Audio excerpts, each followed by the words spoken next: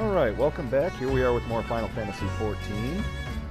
Last time, I think we left off with level 15 class quest for Arcanist. Got your feet wet with Topaz Carbuncle. Now, to continue the main story quest, we will go into our first party duty, our first dungeon. Now, all this gear that I'm wearing right now, this all comes from right over here in the Hall of the Novice. If you go on through every task it sets in front of you. Now, it forces you to just talk to him once. But if you turn around and leave, you miss out on all this. Including, down here, this ring. Brand new ring.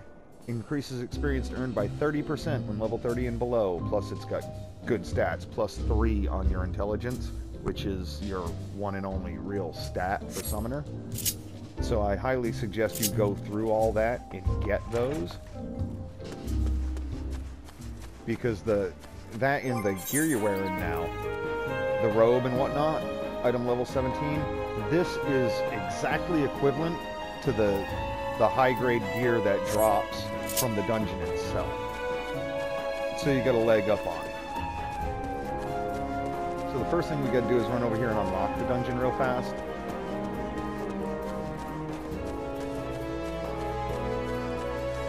Sastasha Seagrot. Oh, here's poor Edda and Avir, and yeah, these poor bastards right here. When you encounter them, I suggest you talk to them. You watch all the cutscenes in the damn game. Don't be skipping them, because these guys, they have their own little storyline. You might want to keep up with it. It's good.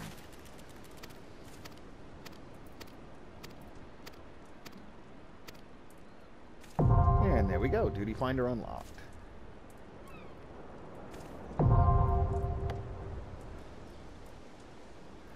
Now, since you're a damage class, you're probably going to be waiting a long time for a party. Duty Finder, self-explanatory under duty. Bring it up, there you go. Sastasha. Now, even later on, you run into people that have no idea how to operate the Duty Finder. If you go to the top, that little gear icon that you see, or sprocket, whatever the fuck you want to call it, okay? That's your settings on everything. Everything, everywhere you go in the game, that indicates settings for whatever you're doing. Go ahead and click on it and it brings up all this. You can either join parties in progress, so if somebody has disconnected or been just left a dungeon or whatever, and you know, you have people, they need somebody to join them right in the middle, this will drop you into that. It'll search for a party in progress first. Right here, undersized party. Ostensibly, you can actually read this and see what it does. And so if you're over leveled for a dungeon and you don't want to be level synced down, or you want to try to do it solo, go ahead and click that and you'll go through by yourself. Minimum item level, same deal. Along with the loot rules, you can set all that. But all that is done right there under Duty Finder settings. All you gotta do is scroll up in the Duty Finder. You'd be surprised how many level 70 players have never actually just scrolled up and noticed, oh, there's settings on my Duty Finder. Well, now you know. But anyway, let's go ahead and queue up for Sastasha.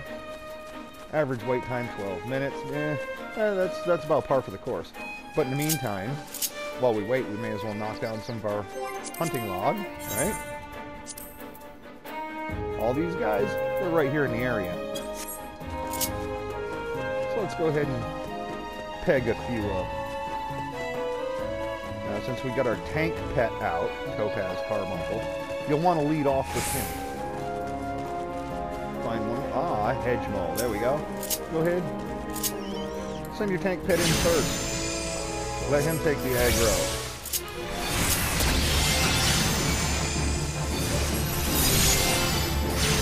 He's about dead, so go ahead and switch targets. Move on to the next one. Because after a few hits, your tank pet will maintain aggro for a couple of global cooldowns after you pull him off. So go ahead, switch to the next one. let your damage over time just finish off that last one. There you go. Now, I'm not sure how many hedge moles we need. Is it 3 or is it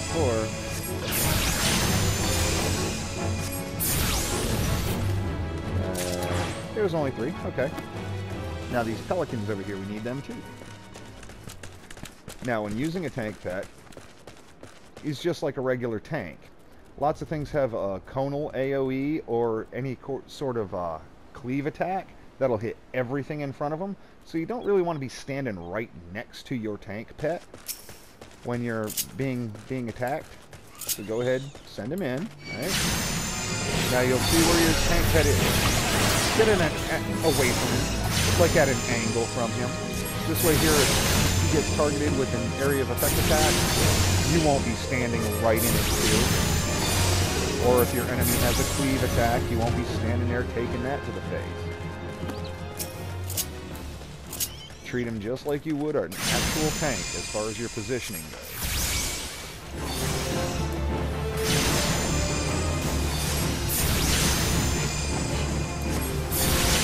These guys go down pretty fast.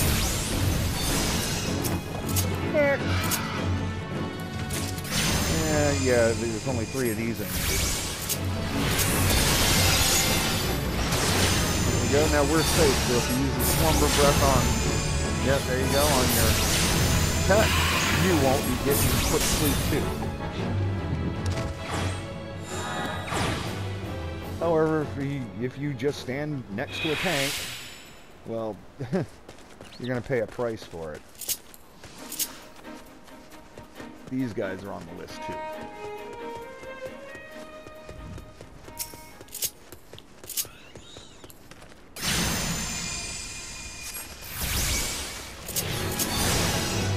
Now these guys just have a straight line AoE, but still, just be safe.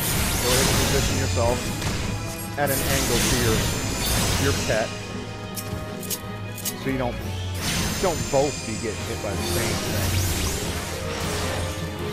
There's just no reason to stand there and take damage that you don't have to. Now, very shortly here at level 18, we'll get a new spell, Sustain, which will actually cast a short regen on whatever pet you have. Obviously, it works best with your tank pet, since your caster pet isn't going to be taking a whole lot of damage because he's not going to have aggro. And even if he does, you know, Emerald's only going to have aggro for maybe a second or two. But everything your tank pet does generates enmity. Okay, we got that one. Some goo-goos. And the Bumble Beetle.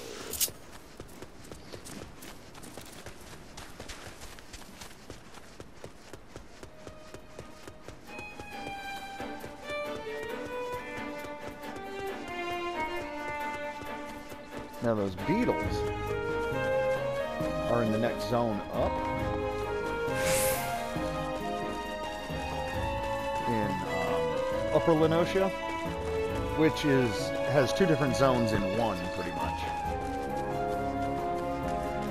There's a zone that actually has the Aetheryte, and then you have to take a ferry over to get to the southern part of it, which is where we're going up to now.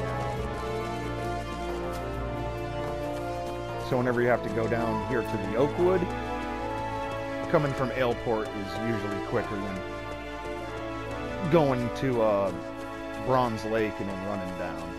You'll see what I mean.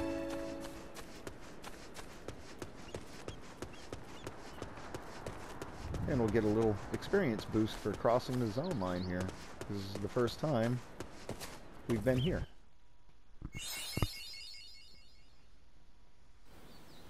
2,000 experience just for walking. Okay, Beetle, there he is. Kill. Now we are a little bit under the level for this Beetle, but he still should drop pretty fast. Just try not to round up those wolves as well.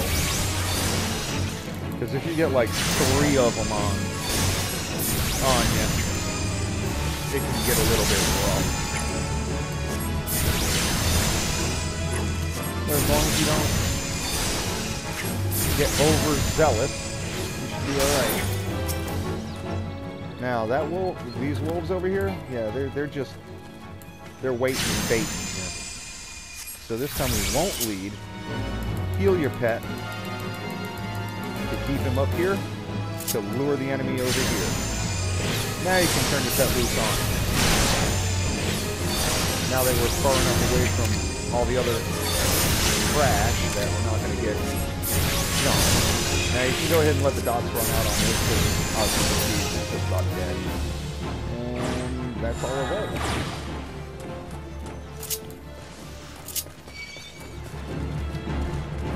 Oh, that wolf just had...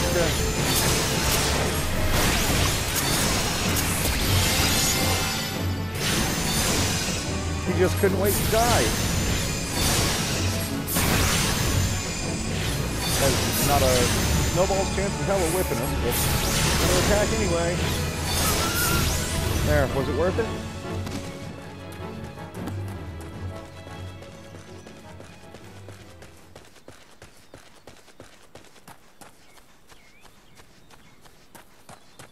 I mean, these guys aren't real dangerous, but having constant aggro and getting chased around gets to be a nuisance.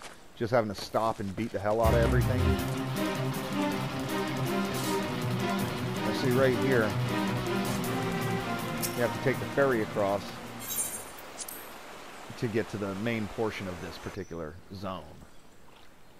The portion that has the actual aetheryte that you can attune to. As you can see if you bring up the map, got Camp Bronze Lake there. Then way over here is where we just came from. Two halves to the same zone.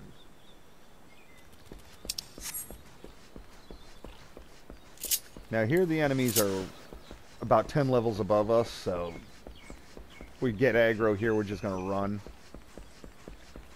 The goal here is just to tag up on the aetheryte, so we don't have to leg it out anymore. We can just teleport to where we want to go.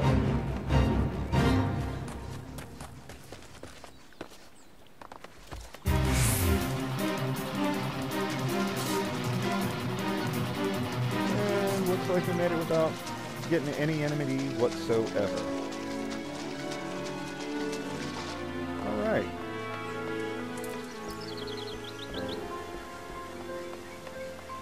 Say hello to the Chocobo Keep. That way there the Chocobo taxis will be open to us. Just in case you ever want to use them. And this is one more place that we can just teleport to. But now, Gooboos. You know where we can find some of those. We can finish off this page of the hunting log.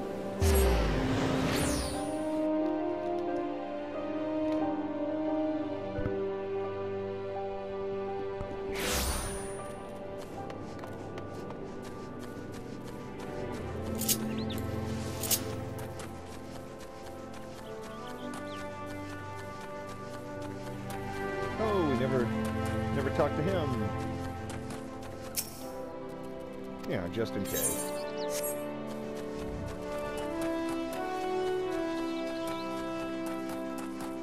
Now, Gooboos. Hang around here somewhere.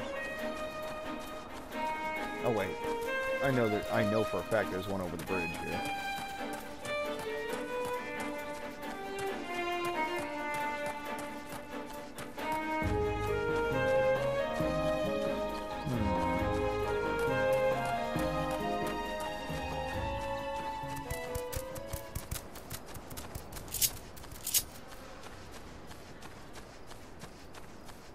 Yep, there's one.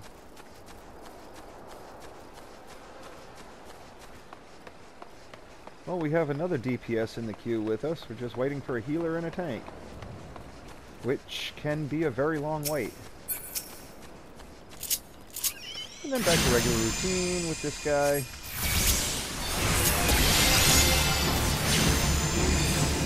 Laying down the damage over time.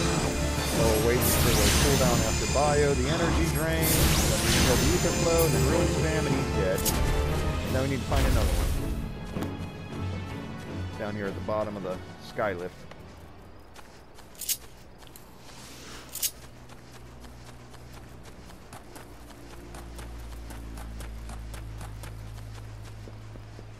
And time for the long jump. That'll break an ankle or two. Now, I thought there was a Gubu down here somewhere. Somewhere?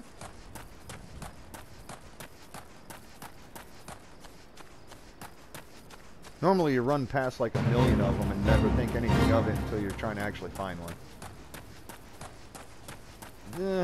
Well, let's go ahead and do this phase in the meantime. Why not? Since we have unlocked that challenge log,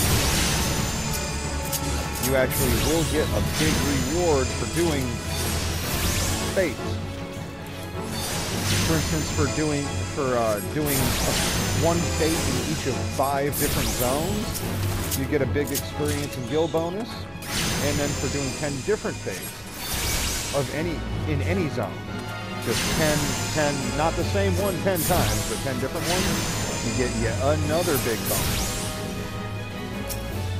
So once the challenge log is opened up to you, it makes doing fates and things like that a little more worthwhile.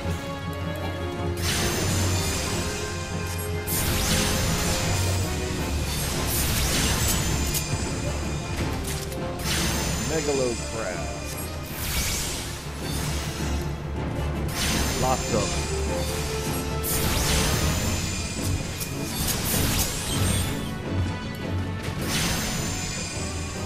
I mean a lot. I'm thinking at least 2 or 3 people cleared this space before. Because usually it's not tuned to have so many of them. You can see the progress bar over there on the right. Sister crustacean. I mean, I've killed, what, 5 or 6 of them already? And it's not even halfway done.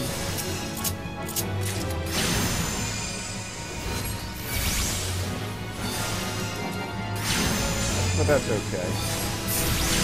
It'll just take a little longer to clear them all out. Okay, we got a tank in the queue. Just waiting for a healer now.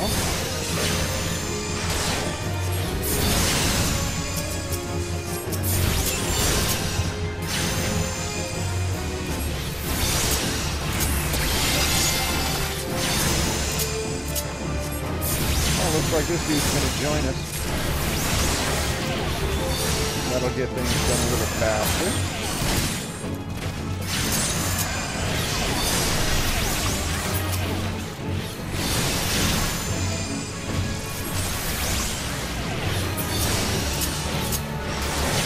I'm trying to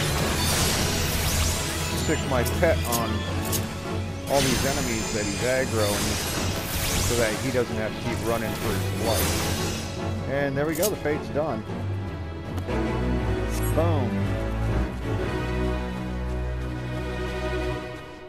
And now the Gubu hunt resumes. I could have sworn there was one somewhere around here. Really? Are you serious? This little punk actually thinks he has a chance. Dude, you're so dead. No, I guess there's no Gubu up this way. Wow. Okay. Well. Oh, maybe on the other fork. Okay.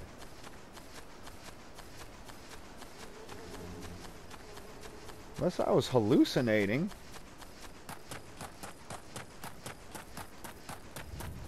Been by here a million times and I could have sworn there's a Gubu somewhere in the vicinity. Oh. Damn. Okay. Oh, tank dropped out of the queue. That's the thing about tanks. If they sit in a queue for more than 10 seconds, usually they just give up and drop. Because they're so used to having an instant queue for themselves. Because they're the most in-demand job Whereas us damage dealers are, you know, dime a dozen, so we get to sit in a queue for an hour. Well, maybe not that bad. Usually Sastasha isn't this long because people are doing like leveling roulette. So you can get a party pretty fast, but right now it doesn't seem to be in the cards.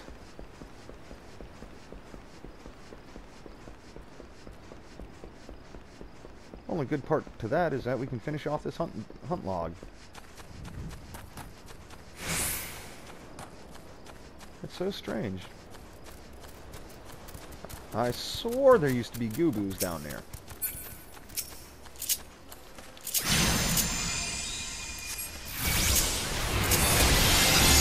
But that's okay, whatever. Doesn't matter, we only need to kill this one more anyhow. And that's that. That should be the end of that hunt log. There we go. Sustain. Gain. As well as another really key action. But first, sustain goes down there. And here's... It only gives you 3 ticks, but each tick is pretty decent. You notice Topaz has 900 HP normally. Oh, never mind. We'll do that another time. First, put your pet on obey, and get your caster pet out. You don't want a tank pet in a dungeon. You will piss off your tank, because if you have that tank pet in there, he will be pulling aggro left and right from everything he attacks. And while the tank, your real flesh and blood tank, is attempting to keep aggro on everything, all that's going to do is make his life kind of miserable. So just put the tank pet away. I see that a lot when I do leveling roulette, is I'll see new arcanists in these dungeons, and they've got their tank pet out. And even if you tell them in chat, hey, can you pull out your caster pet? Half of them will just be like, ignore you, and keep that tank pet out. So please, don't be that guy. Well, it looks like we're off and running here.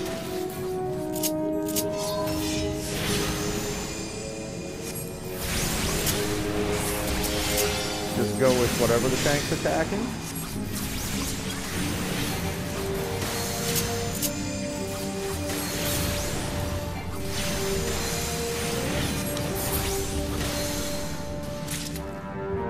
Which is this guy right here. You'll want to identify your tank. Don't be sprinting ahead of him to try to draw aggro and make his job harder. Because you never know, he might be an experienced tank, then again he might be a new player that's just trying to learn how to tank. So we try to make it as easy for him as we can.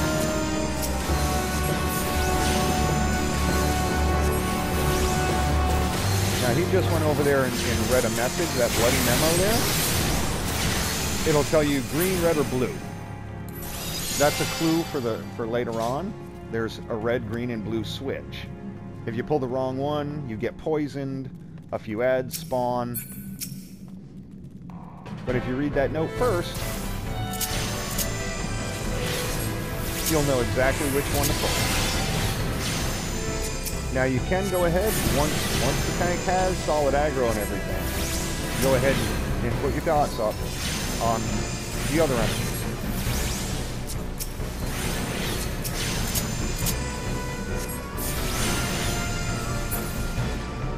But try not to do that until he has established aggro on everything. You'll notice by the enemy's health bar turning dark red. See, when it's orange like that, he doesn't have aggro. When it's red, there you go, you're good to go.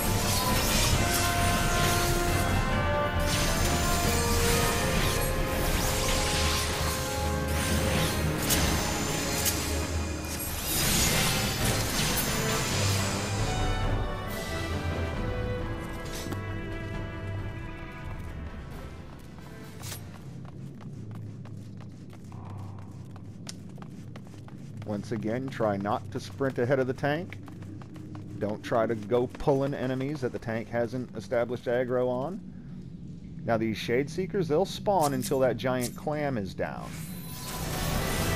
So the clam will go invulnerable.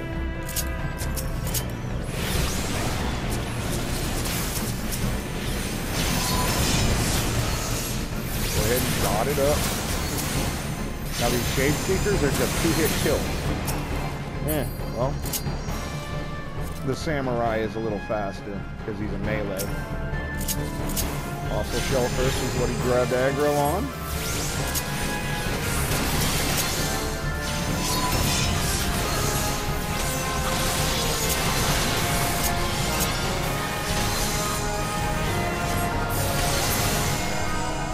And also, if something's just about to die and you're about to switch targets, do the same with your pet.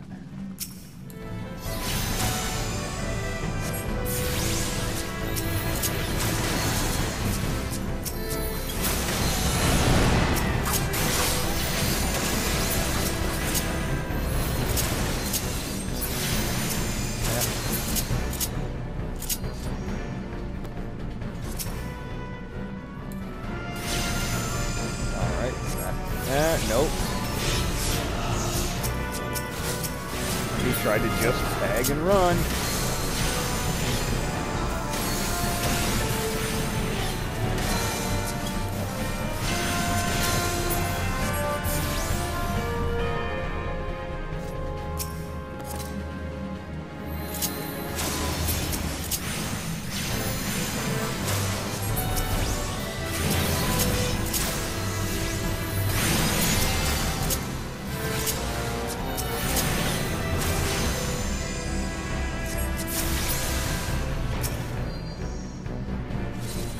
Till he gets aggro, then you can, okay.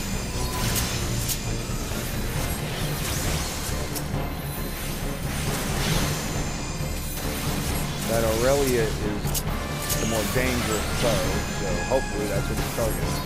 Because it has that paralyzed AoE. That one, numbing tendrils.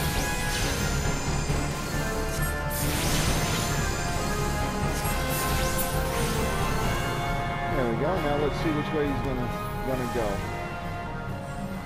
To the right is optional.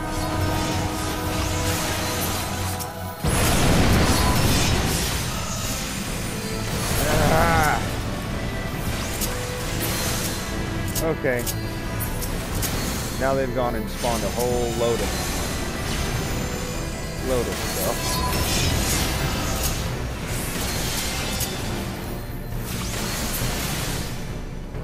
Now you see what he's doing over there?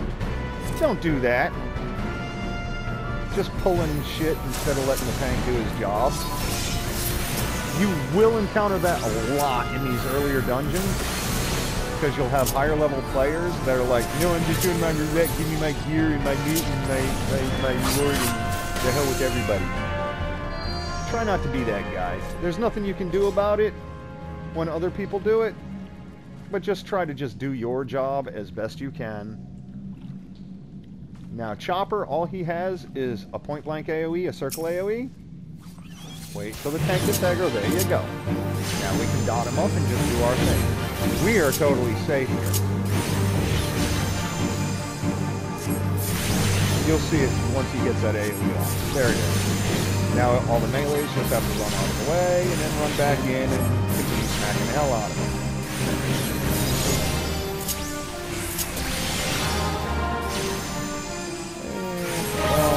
Throw him out, even though he won't live long enough for it to take more than a couple times. And just keep your damage over time up, and there you go.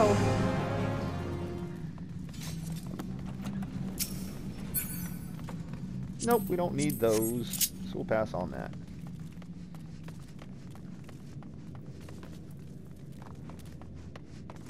Now here we get pirates and dogs. The pirates are more dangerous. So we'll see what they want to try to focus on. Yep, there you go. We're going after the Reaver first.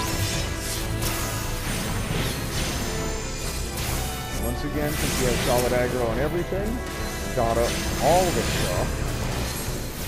Then it looks like that's the next one they're attacking, so go after that.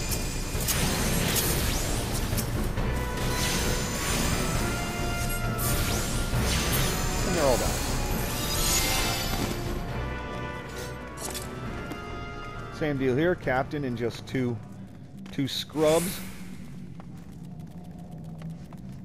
First. Okay, he's got all of them. Well, he thought he had all of them.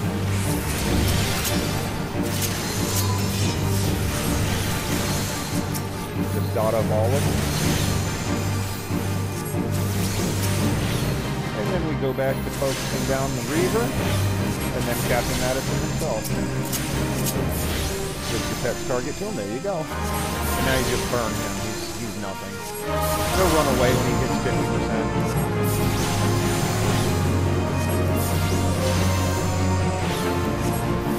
And he's on fire.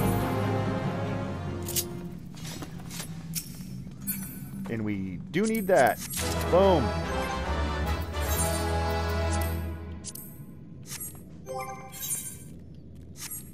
Notice how they just left the new player behind? You'll see that a lot. The tank kind of waited, though. That was nice of him. Now, the shallow eye is the one that likes to put a dot on people, because he's an archer, or bard, whatever you want to call it. He has that wind bite and venomous bite. 2 damage over time attacks at range, so you kind of want to melt him first.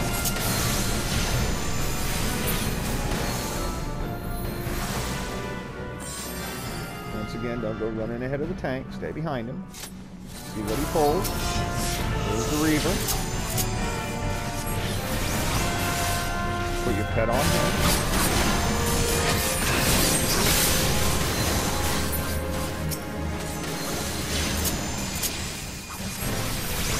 And the dog was just in a bad position. For some reason it kept saying that he wasn't in line of sight of me. Pick up the key, because it goes to that door right there. Okay, which one do you want after that one first? You can't just tag and run. Get a lot of tanks wanting to do that too. They think that just because they hit one enemy once, it gives them aggro forever. Doesn't work that way.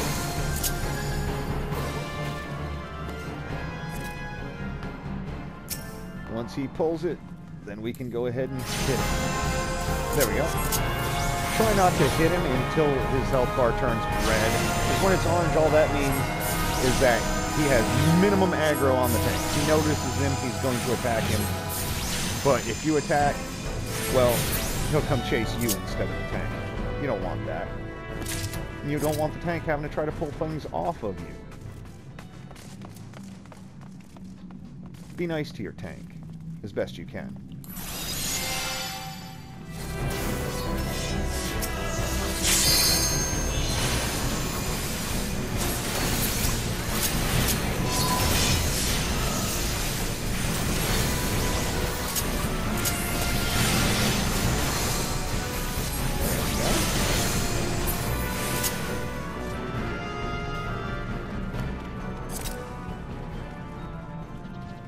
Because it's okay if other people pull aggro and make the tank run around, as long as you're not the one doing it. Like I said, you can't control what other people do. Just try to do your job as best you can to make things easier on everybody.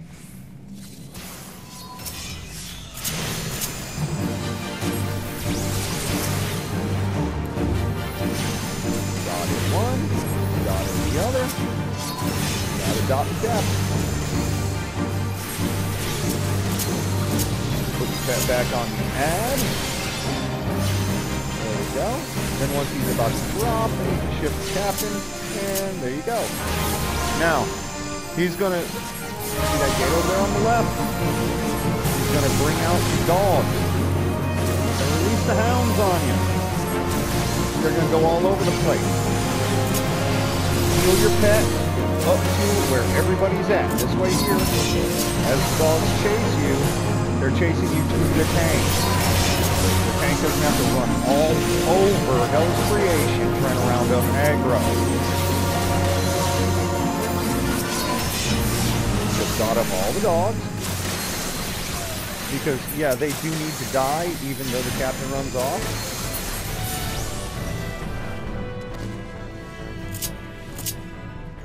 Ah, that rope belt. We can use that too.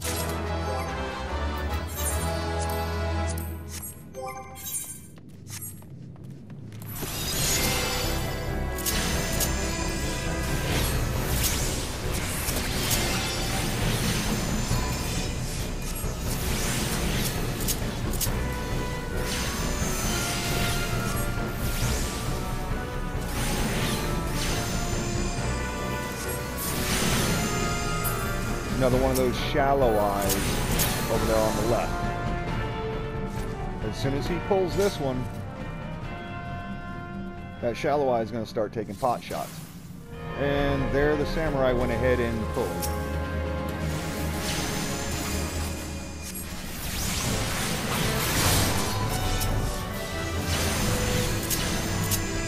Let's put our pet on the shallow eye and then dot up the rest. Well, we'd like to, but it refuses to let... Okay. Sometimes when you're trying to scroll between targets, it just targets everything except what you want.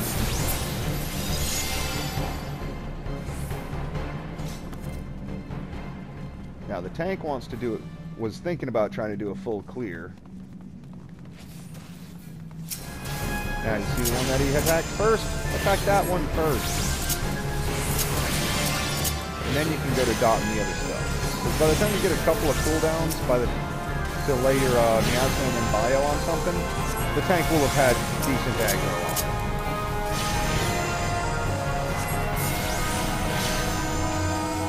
And everything's dead. Now there's a mechanic in this fight where each of those 4 panels will start bubbling. As if they bubble too long, an ad will pop out of them, so you're supposed to run over and interact with it to close the gate. But people never do that anymore. They just run up and burn the balls. These unnatural ripples, yeah, those are a fight mechanic that's going to get ignored, I guarantee it.